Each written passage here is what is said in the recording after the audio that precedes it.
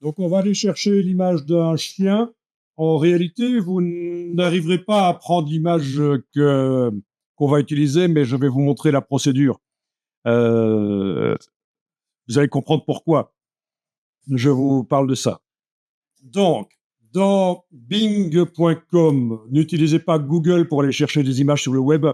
Utilisez Bing parce que Google ne peut pas vous afficher les images haute définition. Ils ont eu un procès qui leur interdit d'afficher les images avec plein de pixels.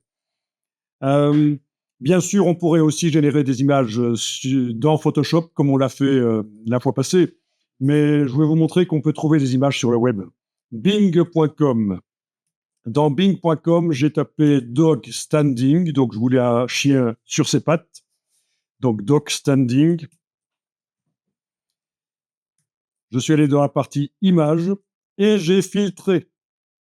C'est-à-dire que on n'a pas le droit d'utiliser toutes les images qui sont sur le web, en fait. Donc, j'ai filtré.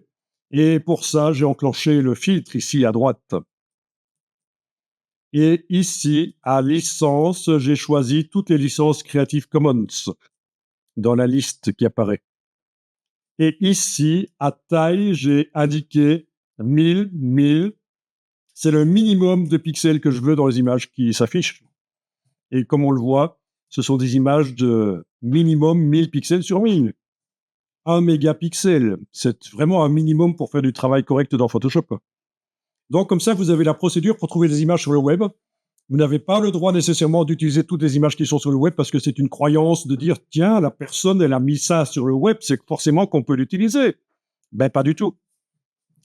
Donc, évidemment, chaque fois que je dis ça veut dire dans des projets commerciaux diffusés. Si je fais une image pour ma grand-mère, bien sûr, je peux prendre l'image de Georges Clooney, même si je suis pas la personne qui a les droits sur la photo, c'est sûr. Mais ah non, pour quelque chose de caritatif, une association, non, ça, on ne peut pas utiliser ce qu'on veut malgré tout. Non. Oui, c'est vrai que la logique pourrait se dire, tiens, il n'y a pas de but commercial, il n'y a pas de bénéfice. Vous connaissez pas les associations si vous pensez qu'il n'y a pas de bénéfice. Hein. C'est un business. Hein. Non, c'est la même chose pour les assos. Ok, est-ce que vous trouvez à peu près les mêmes images que moi? Bien. Donc, vous avez par exemple celle-ci. Quand vous cliquez sur elle, qu'est-ce que ça vous aspire? Je vais peut-être cliquer sur afficher l'image. Vous voyez aussi le bouton afficher l'image. Parfois, il est dans le menu ici plus. Oui, c'est du ping, du PNG, Portable Network Graphics. Il n'y a pas de fond. Et bon, ça, c'est pratique. C'est pas mal. Qu'est-ce que ça vous aspire quand vous voyez ça? La peur. Mais non, à part ça. Oui, c'est un chien. Il n'y a pas un truc qui vous paraît zarbi dans cette image-là? Allez, sérieusement. Exact, le détourage n'est pas top. Qu'est-ce qu'il a comme problème, le détourage? Mais en fait, l'animal, oui, là, peut-être un peu, mais ok, son museau, c'est net, la langue, tout ce qu'on veut, c'est net, les oreilles, peut-être là au-dessus, mais par contre, il a quand même des endroits où il est censé... là, on le voit d'ailleurs. C'est un peu flou, normalement. Mais on le retrouve pas, là, c'est foireux. Donc, le détourage est foireux. Comment récupérer ça? Ben, difficile. Oui, il y aurait peut-être des possibilités de récupérer ça ici, mais il vaut mieux démarrer d'une image non détourée et faire le détourage vous-même. Voilà. Donc, je vais revenir sur l'onglet précédent. Je vais fermer ce que j'avais ouvert en cliquant sur la vignette avec la petite croix, voilà. Et voilà. Alors, des chiens qui sont dans leur décor, vu en entier, sans les pattes qui rentrent dans l'herbe, il y en a. Il y a notamment celui-là, mais qui est assez difficile, je pense. On va quand même le télécharger pour plus tard. Mais c'est un chien avec des poils, en veux-tu, en voilà. Hein. Voilà. Donc, est-ce que vous avez réussi à le faire apparaître en grand? Donc, la méthode, on clique sur la vignette, on clique sur afficher l'image. Surtout, faites pas l'erreur de télécharger l'image qui est là. Il est possible que ce soit l'image basse définition avec peu de pixels. Afficher l'image, voilà. Quand on clique, ça zoome un peu dans ce cas-ci, et puis ça dézoome. C'est pas important si on est en zoom avant, en zoom arrière. Vous allez télécharger par un clic droit, enregistrer l'image dessous. Allez-y, téléchargez-la et mettez-la dans le dossier d'aujourd'hui.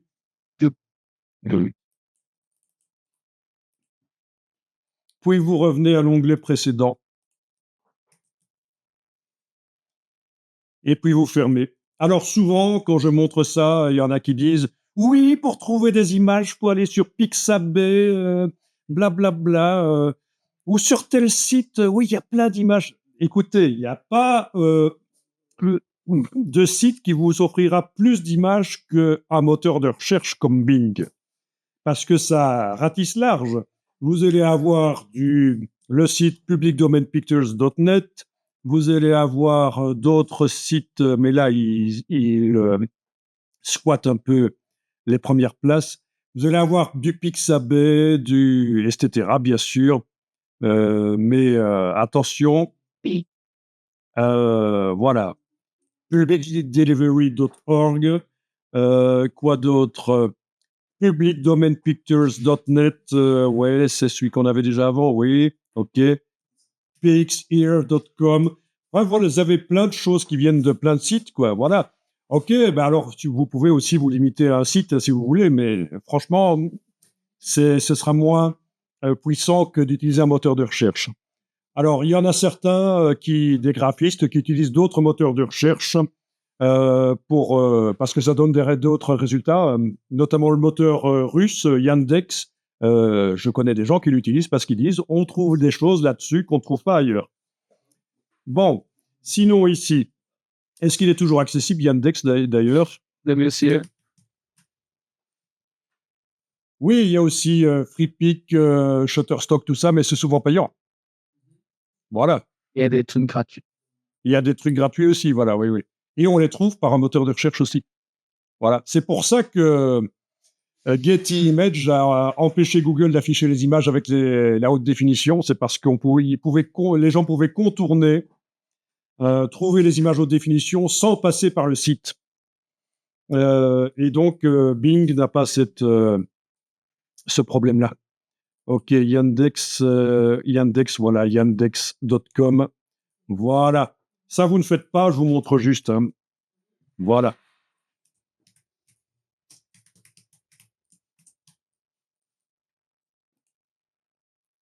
Voilà. Donc, je connais un graphiste notamment qui aime bien passer par là. Apparemment, il y a de l'IA. Il y a quand même pas mal d'IA. C'est pas grave. OK, donc je reviens ici. Celui-ci, on va l'utiliser. On va tenter de l'utiliser. C'est le premier. Si vous cliquez dessus, le bouton afficher l'image n'est pas là, mais en fait, il est dans le menu ici, plus, afficher l'image.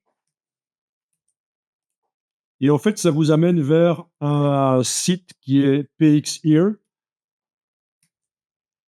Et vous prononcez autrement, peut-être? Je cherche toujours le jeu de mots, hein, s'il y en a un.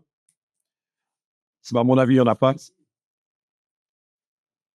Et en fait, il faut être logué avec un identifiant. Je ne vais pas vous le demander parce que ça vous demande une adresse mail que vous devriez mettre. Et je vous conseille, si vous allez sur ce genre de site, d'utiliser une adresse mail rien que pour ça, parce que sinon vous allez être spammé, évidemment. Mais ici, je vais la télécharger pour vous et vous la mettre au téléchargement. Donc, je vais faire login. Voilà, je me log. Du coup, j'ai la possibilité de télécharger l'original. Voilà. Et je vais la télécharger et vous la mettre à disposition. Bon, là, sur le Google Drive, j'ai créé un dossier dans lequel j'ai mis l'image et je vais vous partager le lien. Mais je vais le simplifier grâce à Bitly. Un simplificateur d'URL, il y en a aussi chez Google, mais j'aime bien Bitly. Et comme ça, vous aurez une adresse réduite, parce que sinon, vous allez devoir taper ça, en fait. Ben, c'est facile, je sais que vous êtes des Terminators, mais quand même.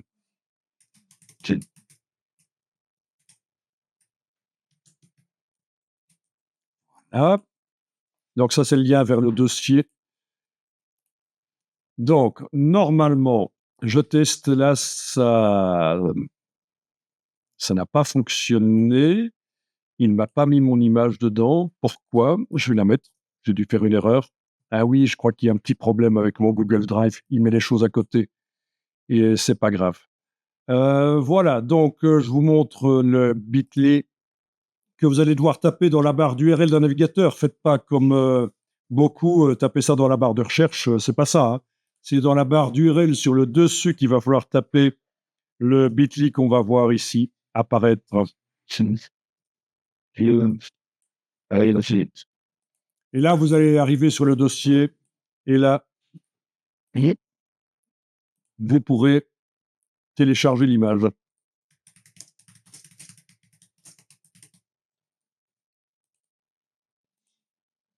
Ok, tiens, où sont mes outils César Bis, hein? D'habitude, j'avais tous les outils qu'il fallait, mais là, j'ai pas. Ok.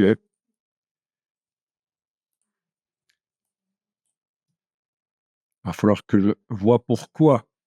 Voilà, vous tapez ça dans la barre d'URL du navigateur, vous tombez forcément sur le dossier et vous faites un clic droit, vous téléchargez l'image en fait, hein. Voilà, on est bon. Comme ça, je vous ai évité de devoir créer votre adresse mail et un identifiant sur le site PXEar. Voilà, voilà. Bon, j'ai trouvé pourquoi j'avais pas mes outils modificateurs dans TextEdit. C'est parce que j'étais dans un TXT et pas un RTF. Si je fais format convertir au format RTF, je vois apparaître tous les outils. Voilà, c'est ça que je recherchais, avec notamment ce qui me permet rapidement de modifier la taille, de centrer. Voilà, comme quoi tout s'explique. Bien, si ça vous dérange de travailler sur l'image du chien pour une raison ou pour une autre, vous pouvez travailler sur autre chose, vous téléchargez autre chose qui ressemble à un chien et qui est acceptable, hein. Ça, c'est vous qui voyez. Si vous avez peur des chiens ou une autre raison, je ne vous oblige pas à travailler absolument sur l'image du chien là.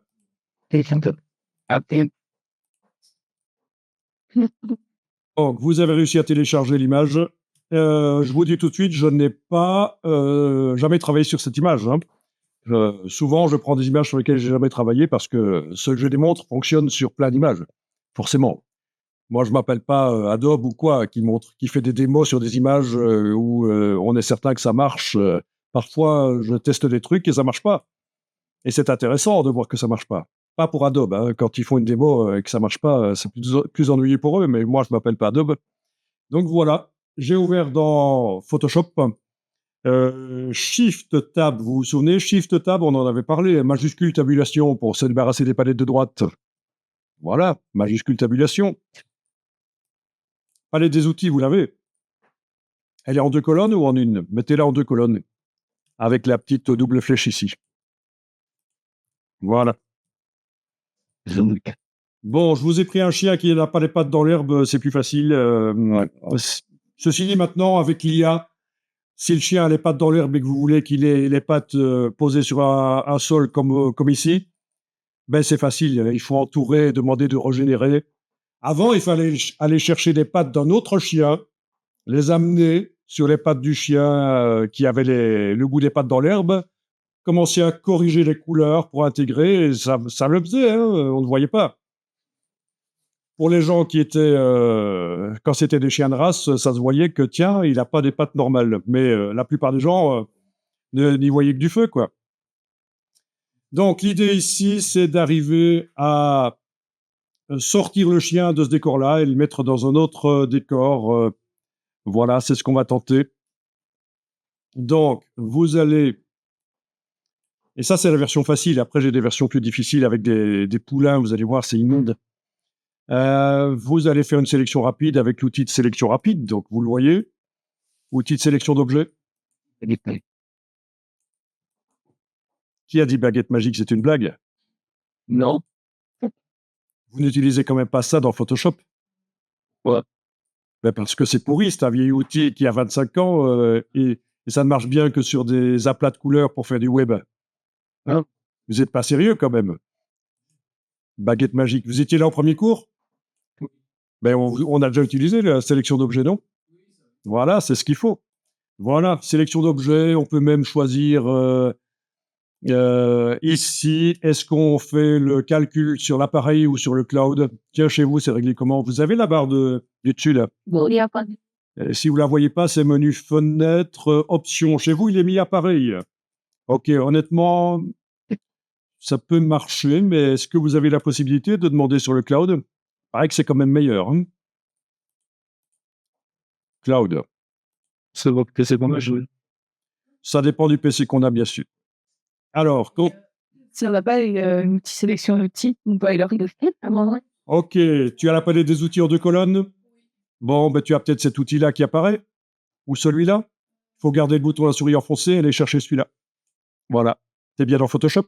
Ah oui, mais quand même. Bah, et je pose la question parce que parfois, j'explique les trucs dans Illustrator. Ah, c'est dans Illustrator, j'étais dans InDesign. On fait pas encore veiller jusqu'au reste. Ok, voilà. Et on survole et on clique. Voilà. Et ça fait une sélection. c'est une cloud. On y équipe, voilà. Voilà, je vous ai mis une image JPEG avec un décor. Vous pouvez le télécharger. C'est juste pour avoir un décor.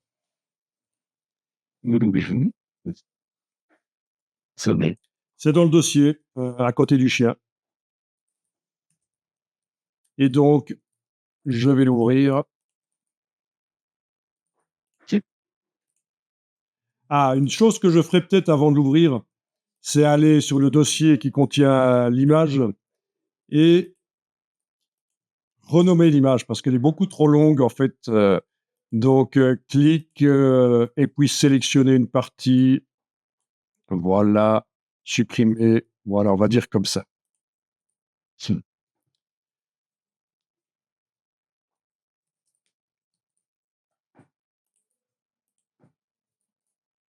Bien. Et voilà l'image.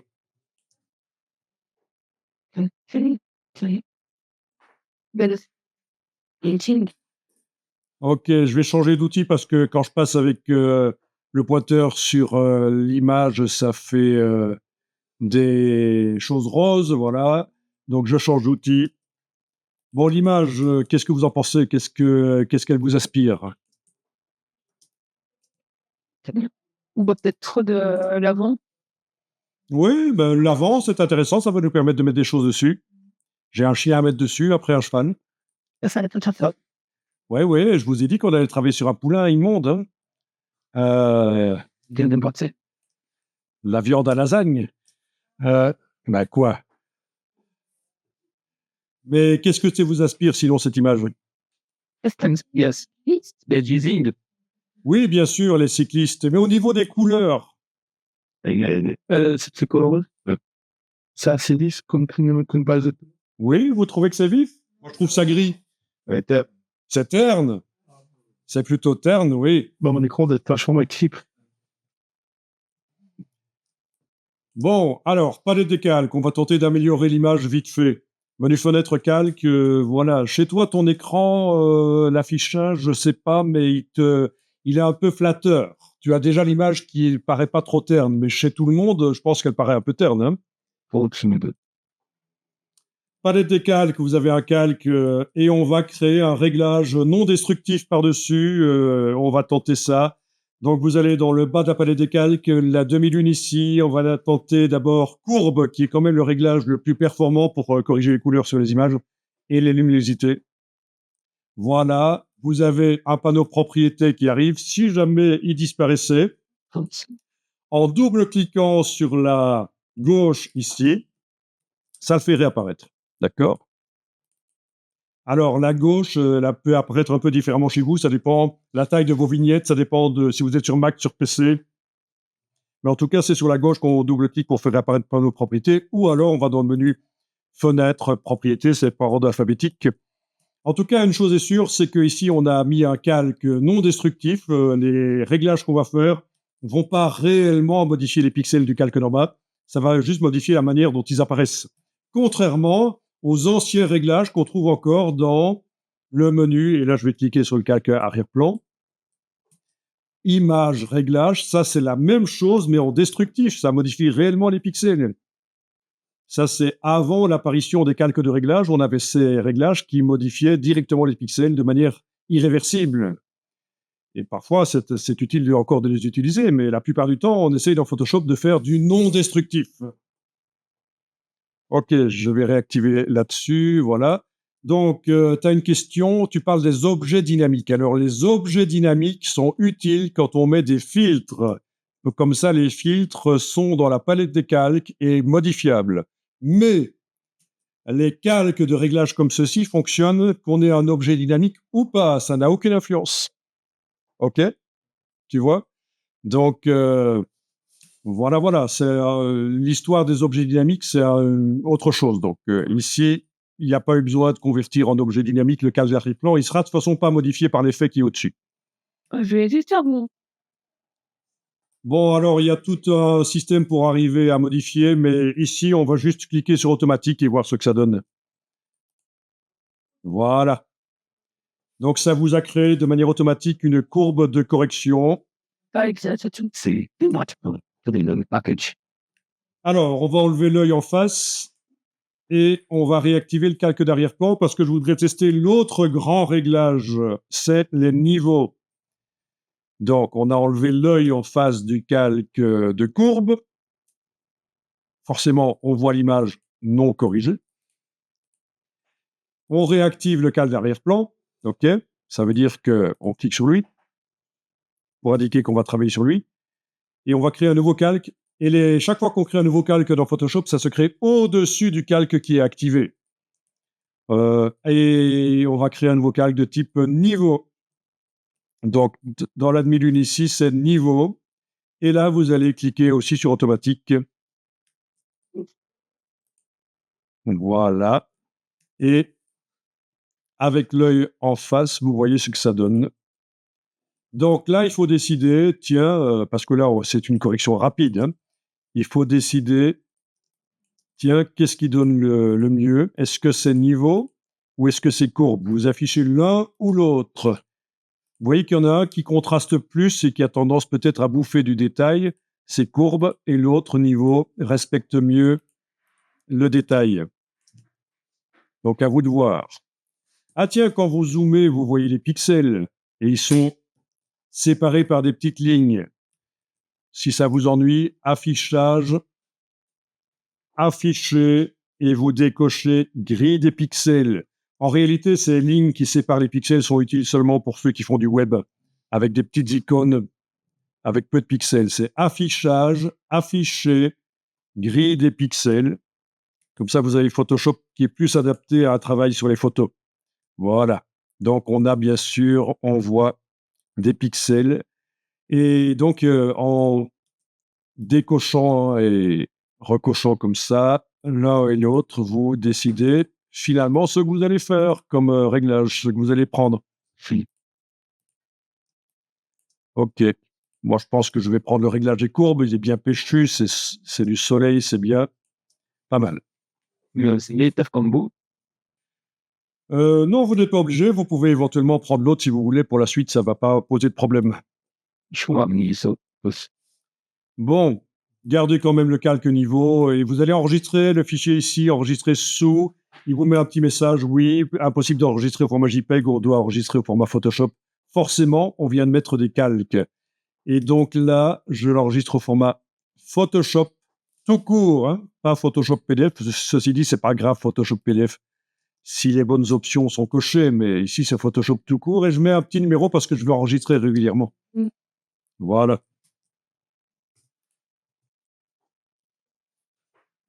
Bon, donc, c'est un peu pixelisé quand même, hein. C'est un peu pixelisé, comme vous voyez. Donc, on peut tenter l'ancienne méthode pour multiplier les pixels. Je vais un peu me focaliser sur ces trois individus qui ont l'air un peu louches. Non, sérieux, c'est juste pour avoir une référence visuelle. Et je vais multiplier les pixels à l'ancienne dans Photoshop. Donc, c'est image, taille de l'image. Vous êtes dans la boîte taille de l'image, qui peut s'agrandir, ceci dit, hein, par le bas à droite, mais ça n'a pas trop d'importance ici. Et l'image fait seulement 1200 pixels sur 1600, c'est un peu misérable. C'est dans les limites de ce que j'avais demandé dans le moteur de recherche, 1000 sur 1000 minimum, mais bon. Et alors ici, vous allez mettre des pourcents. Et ici, vous allez demander, rééchantillonnage déjà doit être coché. Ça, c'est le moteur de multiplication des pixels de Photoshop. Il faut absolument le cocher. Et vous allez demander conserver les détails 2.0. Voilà. Et là, vous allez pouvoir zoomer et bouger. Ça va être la preview, mais c'est vrai que ce serait bien d'agrandir du coup la boîte, si vous y arrivez. Donc, vous avez le petit signe ici pour zoomer dans la boîte, mais vous avez aussi le raccourci de la loupe, barre d'espacement, touche commande sur le Mac, et vous cliquez. Voilà, barre d'espacement commande, c'est le raccourci de la loupe. Voilà.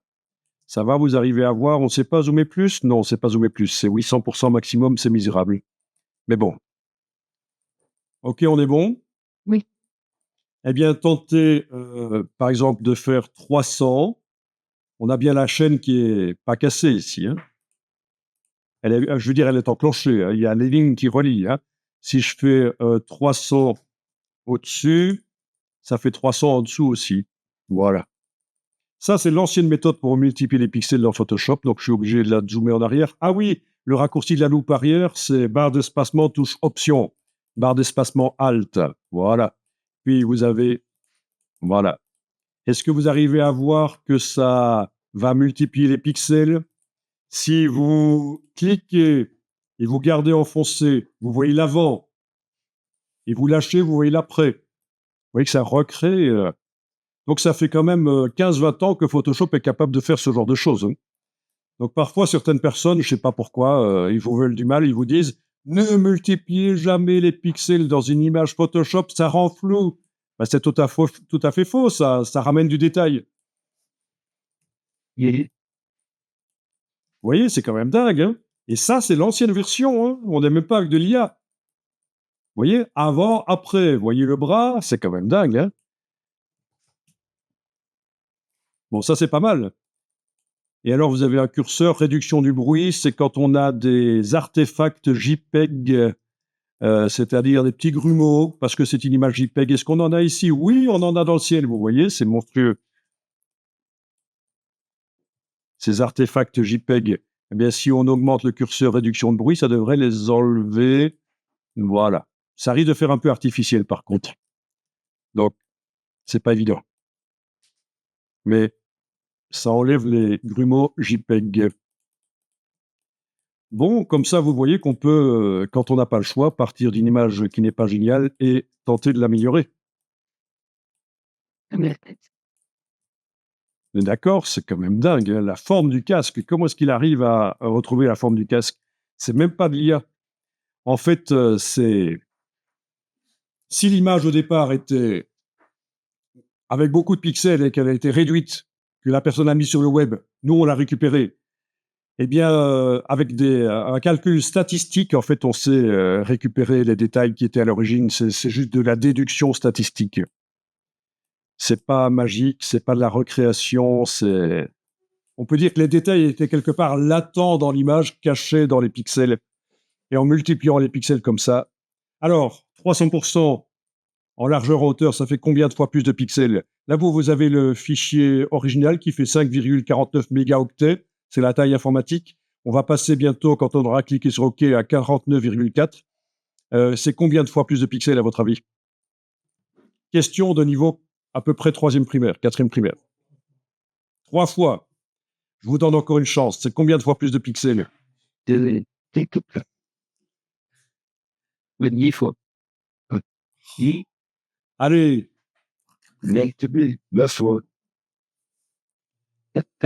Ok, si vous avez... Allez, imaginez, vous avez une surface d'1 mètre sur 1 mètre dessinée sur le sol, d'accord? Et vous la faites plus grande. Au lieu d'1 mètre sur 1 mètre, c'est 3 mètres sur 3. C'est combien de fois plus de surface? 9. Et donc ici, c'est la même chose. C'est 9 fois plus de pixels. Ah ben oui. Il faut penser à ça, c'est exponentiel. C'est 3 fois en largeur, 3 fois en hauteur, donc 9 fois plus de pixels. Voilà, voilà. OK. Avec un exemple concret, c'était plus facile. Voilà, on clique sur OK et vous avez votre image agrandie. OK. Alors, on va l'enregistrer sous fichier enregistré sous. Je vais mettre c'est la 2. Attention, n'écrasez pas la version 1. Sinon, vous devrez redémarrer de la JPEG tout le processus qu'on a fait. 2. Et je vais dire que c'est à 300% par taille de l'image. Taille de l'image. Je vais le mettre comme ça, ce sera plus compréhensible. Voilà. On l'a agrandi à 300% par taille de l'image. Vous mettez à peu près ce nom-là. On n'est pas à un détail près ici. Voilà. OK, on est bon? Bon, mais tant qu'on y est, on va tester la nouvelle méthode par IA. Vous avez déjà testé? On a déjà testé ensemble? Non, je pense pas. Hein. Multiplier les pixels par IA. Bon, on va faire ça. Ben, il va falloir redémarrer de la version non agrandie. Vous allez dans Fichier, ouvrir les fichiers récents, c'est encore ce qu'il y a de plus simple, et vous allez rechercher la version juste avant que vous ayez enregistré la version agrandie. Voilà. Voilà, quand on zoome, on voit, c'est la version pixelisée. Vous ne l'avez plus, il faut redémarrer du JPEG. Donc, la nouvelle méthode pour agrandir les pixels, c'est menu filtre et c'est Neural Filters. Mais il est inaccessible, là, c'est grisé. C'est quoi? Il y a une seco qui va n'avait. Ben, je vais peut-être tenter de cliquer sur le calque du dessus. Filtre Neural Filters, toujours pas, c'est grisé. Mais en fait, c'est parce qu'il faut que je sélectionne, que j'active un calque qui contient des pixels. Voilà. L'arrière-plan. Filtre Neural Filters, on l'a. Et là, vous avez l'outil de multiplication des pixels, c'est le super zoom. Donc vous allez voir, ça fait des miracles, mais ceci dit, on trouve bien mieux dans d'autres IA non Adobe. Mais c'est déjà mieux que ce qu'on a vu juste avant, l'ancienne méthode, qui était déjà pas mal. Hein. En principe, ça va faire mieux. Je sais pas, j'ai jamais testé sur cette image, on va voir. Donc le super zoom, vous l'avez enclenché. Dans le bas, ici, vous devriez choisir nouveau document. C'est ce qui ça va créer à la fin. Si vous choisissez nouveau calque, vous allez avoir un problème. Parce que vous allez faire une image qui a plus de pixels que l'image actuelle. Et donc, on ne verra pas toute l'image si on lui demande d'envoyer sur un nouveau calque. C'est pas bon. Donc, dans ce cas-ci, c'est un nouveau document qu'il nous faut. Sortie, nouveau document. OK. Vous allez ici, on va multiplier par 3 comme on a fait précédemment. Donc, zoom sur l'image pour cliquer une fois, deux fois. Voilà. Alors, quand le bouton OK devient accessible, ne cliquez pas dessus, mais ça veut dire que le calcul est fait. Voilà, il est apparu. Et alors, on va regarder ça. Qu'est-ce que ça dit? Alors là, je fais Alt roulette sur l'image. Je quitte pas la boîte, elle est toujours ouverte là. Mais je fais Alt roulette, barre d'espacement sur le clavier pour bouger. Voilà, c'est pas terrible. On va lui demander de supprimer les artefacts JPEG, comme on avait fait dans l'autre. Voilà, ça calcule. Ça calcule beaucoup. Ah, on est en traitement sur l'appareil. Ah. Et alors, on aura aussi un curseur réduction de bruit. Qu'est-ce qu'on a d'autre? Ah oui, améliorer les détails de visage. Ce serait bien de cocher ça parce qu'on a des visages justement là. Voilà.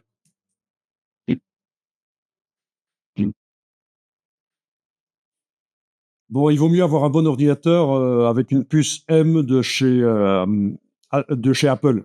Si vous avez un ancien ordinateur avec une puce Intel, ça risque de ramer un peu, voire même de ne pas être accessible, pas fonctionner. Vous avez bien demandé 3. Attendez un peu. Je le savais. Il est passé en 5 chez moi. OK, il faut que je monte 3. C'est parce que quand je zoome sur l'écran pour vous montrer sur la télévision, parfois ça change ici. Il faut être bien 33, voilà, c'est pas 25 fois plus de pixels que je veux, c'est 9 fois plus, voilà. OK, donc voilà, réduction du bruit éventuel. Voilà. Ouais, c'est pas terrible, hein. Honnêtement, dans ce cas-ci, je trouve que l'ancien système donnait pas si mal que ça. On va, on va tenter de comparer. Astute. On va tenter de comparer. Rating up. Well, I thought to just somebody got this by everything. Netteté augmentée, peut-être, voilà. Ok, je vous laisse choisir. Est-ce que vous avez bien coché toutes les options là? Améliorer les détails, c'est ce qu'on veut, évidemment. Supprimer les artefacts JPEG parce que c'est une image JPEG. Ou est-ce que c'est les artefacts JPEG? Artefacts, déjà, le mot artefact, vous voyez? Hein, c'est des problèmes qui surviennent suite à l'utilisation d'une technique. Vous avez combien pour les combiner de titres? Alors, la netteté, c'est vous qui voyez à l'œil. Hein. Vous n'êtes pas obligé de faire la même chose que moi. Donc, le JPEG, ça compresse de manière destructive et donc ça laisse des petits carrés, des grumeaux quand la compression est très forte. Voilà, donc ici, vous allez cliquer sur OK et ça va vous créer donc un nouveau document. Voilà le nouveau document qui s'appelle, c'est marqué là au-dessus, sans titre A. Voilà.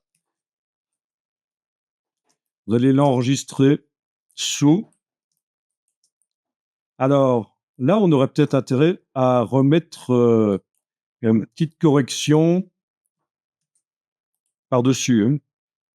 Courbe. Voilà, courbe.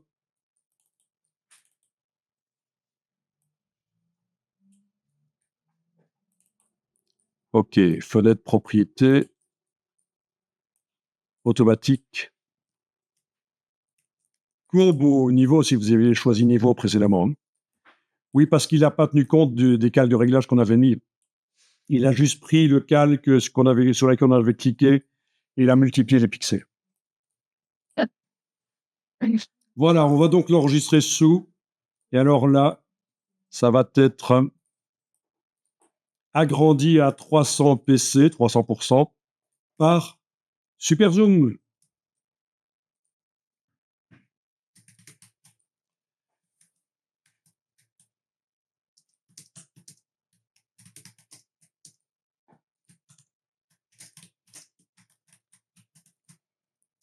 Voilà, alors pour ceux et celles qui seraient paumés, je vais mettre les deux résultats au téléchargement sur le serveur. Donc vous allez pouvoir vraiment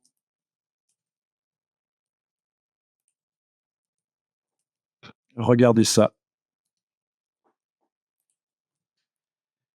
Voilà, je suis en train de vous télécharger les images dans un dossier qui est dans le dossier là où il y avait le chien et j'ai appelé ça l'image Fraticovi agrandie de deux manières.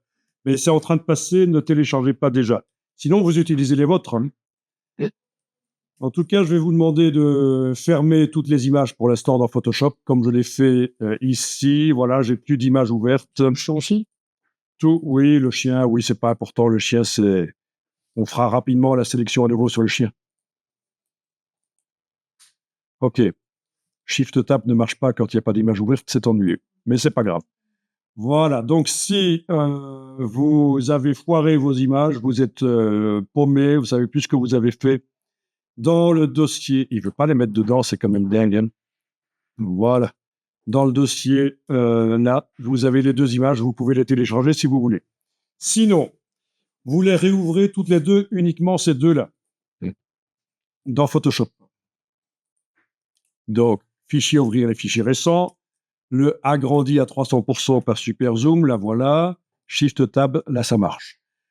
Fichier ouvrir les fichiers récents, le agrandi à 300% par taille de l'image, voilà, vous l'avez.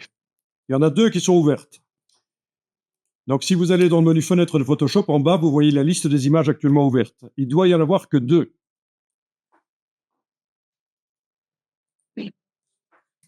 Qui comportent le même nombre de pixels, puisque c'est un agrandissement à 300%, mais par deux méthodes différentes, l'ancienne et la nouvelle.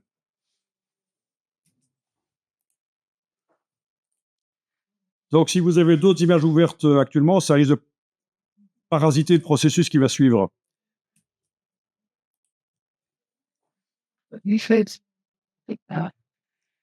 On va comparer les deux images. Évidemment, si vous cliquez sur un onglet et l'autre, ça permet de comparer, mais pas vraiment. Donc, on va les mettre côte à côte. On va demander fenêtre, réorganiser, 2 vignettes verticales. Fenêtre, réorganiser, 2 vignettes verticales. Et voilà, ça vous les met côte à côte. Ne zoomez pas dessus, gardez-les bien comme ça. Si vous avez zoomé, il va falloir, d'une manière ou d'une autre, en bas à droite, mettre la même valeur de pourcentage là, sur l'une et sur l'autre, pour les ramener toutes les deux à la même, au même degré de zoom. 33% dans ce cas-ci. Dans mon cas, ça dépend des écrans. Chez vous, c'est peut-être différent parce que vous avez un écran avec des pixels. Vous êtes à combien de pourcents, en fait? C'est 60%. Combien? 33. 33 aussi, et toi? 60. 16? Ah oui, ok. Monsieur. Alors, oui, ça peut différer. La résolution, 96 ici, 300 là, mais ça n'a strictement aucune importance. Alors, je ne sais pas, tu as fait de l'infographie avant, du graphisme? Ouais, on m'a expliqué en cours, c'était 300. Alors, en fait, dans Photoshop, la résolution n'a strictement aucune importance. 72, 96, 150, 300, 600, 1200, ça n'a strictement aucune importance. Ce qui compte, oui, parce que quand je dis ça, il y en a qui commencent à se crisper. Ah, ça n'a aucune importance, mais ça va être flou si c'est à 72 dpi. Pas du tout. Parce que ce qui compte, c'est le nombre de pixels de l'image. 3600 sur 4800 ici, 3600, 4800, c'est la définition. Et la résolution, ça se gère dans InDesign, en fait. Donc, certaines personnes qui fonctionnent à l'ancienne, comme dans les années 90, où c'était important, en effet, de préparer les images au niveau de la résolution dans Photoshop, vont vous dire encore en 2025 que oui, vous devez mettre les images à 300 pixels par pouce dans Photoshop, parce que c'est pour l'impression, blablabla. La vérité, c'est que ça fait 25 ans, depuis à peu près l'an 2000, que ça n'a plus d'importance, depuis l'apparition de InDesign, en fait, en 99. Mais si vous avez affaire à quelqu'un qui vous dit de mettre les images à 300 pixels par pouce dans Photoshop, faites-le. Si c'est votre patron, si c'est un prof, voilà, ça compte parce il va vous mettre, il va vous ennuyer si vous le faites pas. Mais sachez que ça n'a pas d'importance en réalité. C'est tout.